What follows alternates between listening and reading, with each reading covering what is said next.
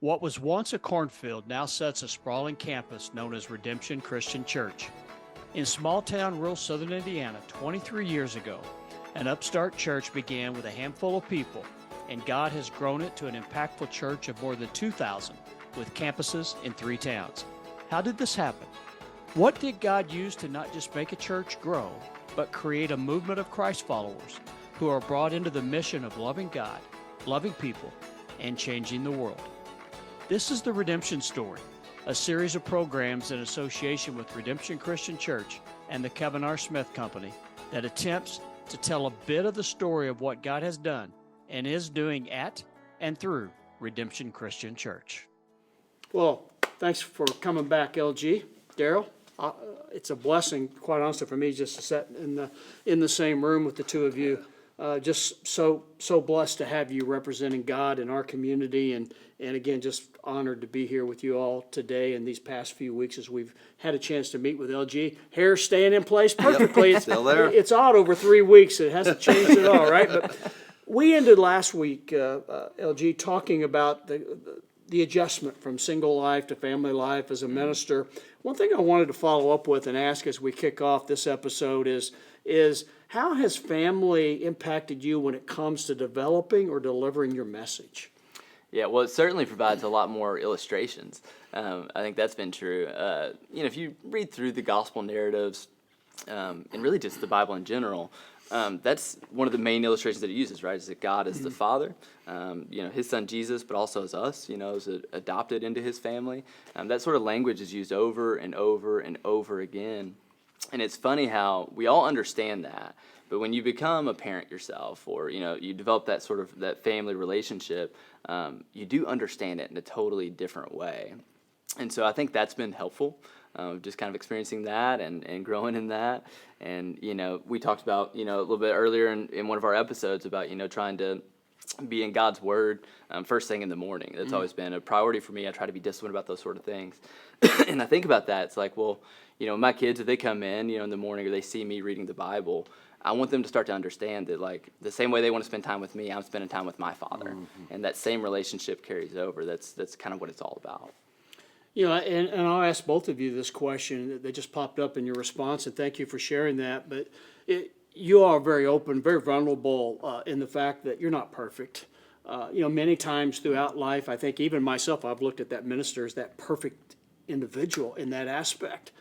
But when that sin comes in your life, as a minister, what's the greatest challenge to not allowing that to overtake you, given the fact you have so many individuals who are looking at you with their views of who you are, but yet they may not have spent time with you? Yeah, so 2 things that really drive me in that, and again, not perfect, mess up just like everybody else, but I always say there's sin that entangles you, and there's sins of stumbling, and you're going to have sins of stumbling, but you got to avoid sins that entangle you. And 2 things. One is I try to train my brain to think how it does grieve my Father. It hurts God, and He deserves better. But then the second thing that is really probably more of a motivator, the first one should be the biggest motivator, but I don't see a physical God in front of me and don't see that hurt in Him as much and think of the cross like I should. But is really, I talk to staff about this all the time, and we've experienced it, with things that have happened in our church and in our staff life, is that who would be negatively impacted by moral failings. And obviously our families would be, and obviously so many in the church that get hurt would be. And so those 2 things are kind of motivating factors for me to try to avoid those sins of entanglement. And then I think naturally when you're trying to grow in God, then as we always say, you're not going to be sinless, but you're going to want to sin less. So, yeah, and I think that vulnerability on stage or with people, you want to be real with them and be able to share that sort of thing. But the same as we would say, even on stage in a sermon, like everyone doesn't need to know everything, but someone does. And so, I've got a group of people in my life. I know that Daryl's got people that I am honest with, and they do know everything, and they can ask me those questions. I'm in a community group that has become like family for us here, that are really close. but also have, guys that I grew up with, guys from, my hometown. 4 of them are ministers now in other places and states, but we talk daily, literally, and, one of the things we've been doing of recent, just because we've all been in ministry long enough now, we've seen things happen. We've had, things even happen in our own church of guys that, had moral failures or people we know. And so we just started, we'll call and say, hey, how are you doing? You ask the questions. And then just really bluntly, like, is there anything going on in your life that no one else knows about? Are there any secrets you're keeping from me? Any secrets you're keeping from your wife? Is there anything like that happening? And you got to know when you ask that kind of question that it's coming back at you, And so we ask those and talk about things. And I think it's important that you have those sort of relationships because not everyone does. And so I'm really grateful to have friends like that in my life. Yeah, that's a crucial part of it. A few years ago, we had our men's advance one day here. We had John Kitna and 3 of his friends here, and that's one of the things they talked about, that they live all across the country. They don't get together that often, but they have those conversations regularly. And if you're not telling somebody those things, I think, I don't remember who I heard first say it first, but biblical knowledge without accountability is not powerful. Some of the people in my life that know the Bible, they could win the Bible categories of Jeopardy really well, but you don't see their life change.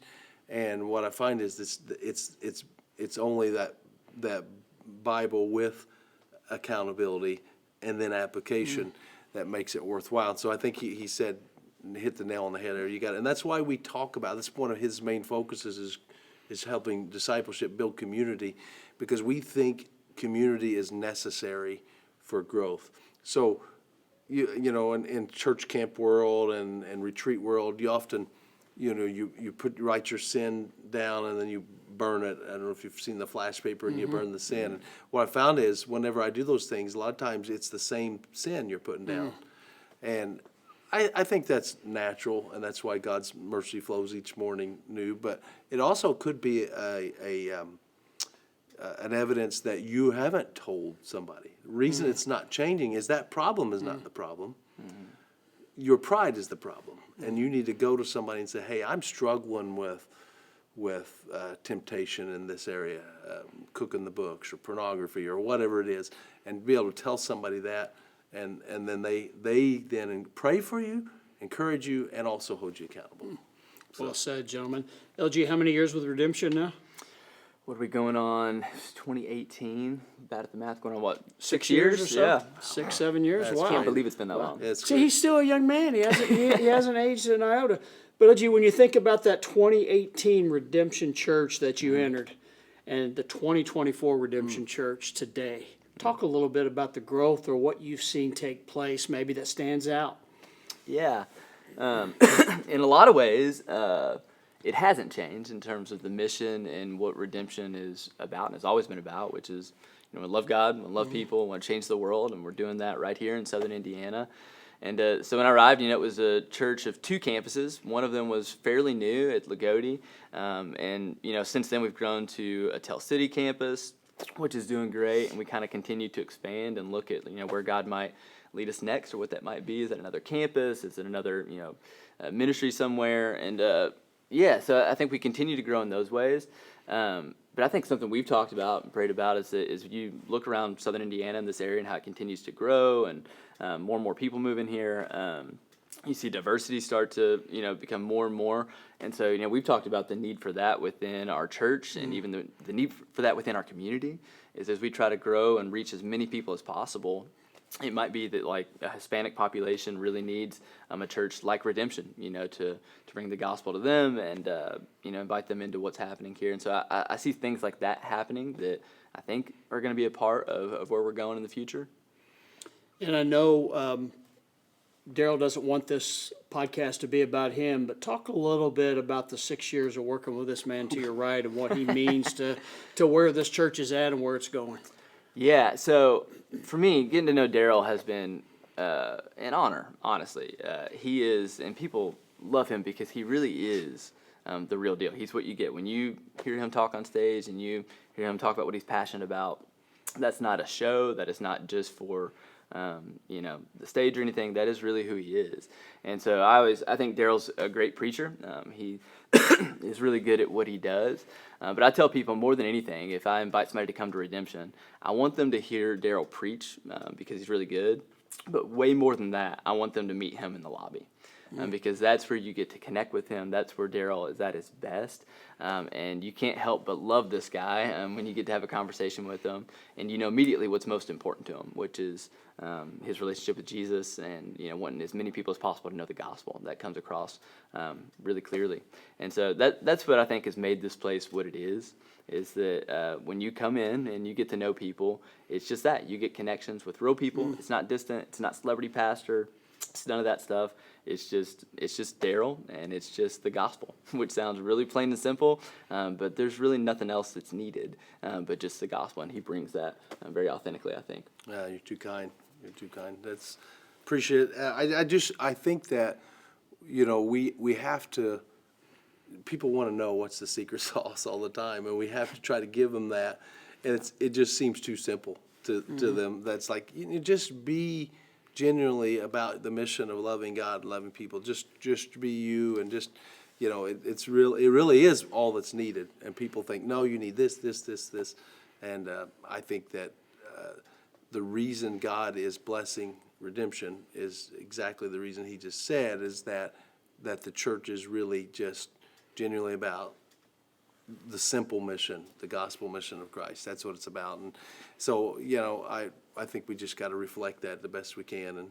And again, in hiring people, I sense that from LG, and it's been the case ever since. Like, he is who he is, and it's really, I think, been the most fun I could ever imagine having, working with somebody and teaming with them and preaching. It's been a lot of fun, and we want it to continue. So. Well, you both do a wonderful job, and I know you've got people behind the scenes and beside you all along the path. But I just want to share a personal aspect.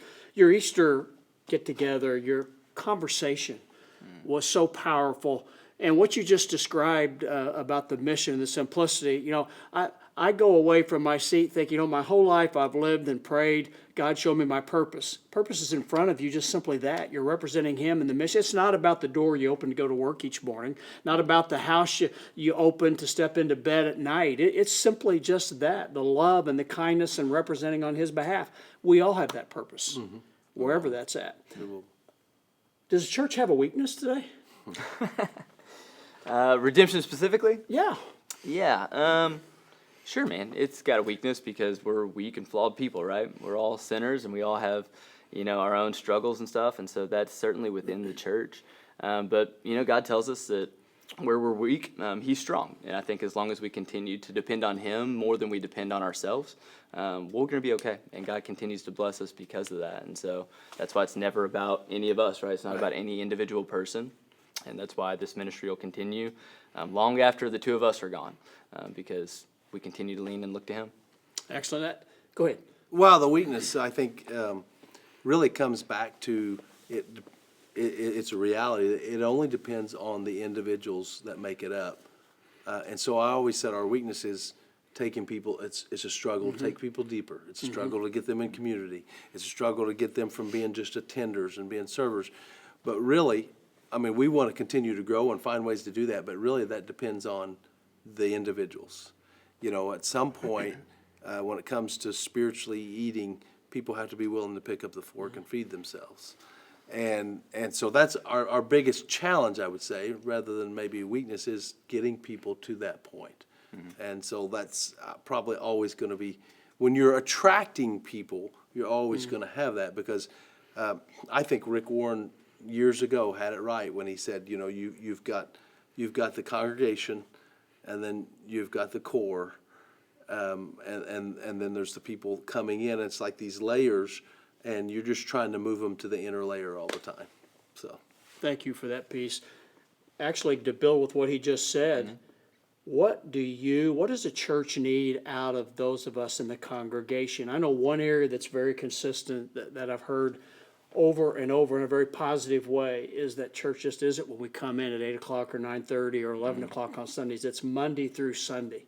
How can we live that and help the church move forward? Yeah, and something we talk about a lot, even as we talk about those weaknesses, I would say it comes down to part of what my responsibility is, or one of my jobs is discipleship.